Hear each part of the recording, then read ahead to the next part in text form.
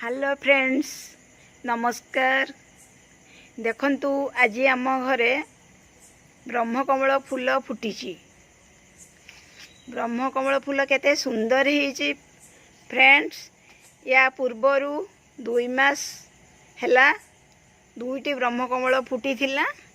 आज देखंतु गोटे ब्रह्मकमल आम बगीचारे फुटी।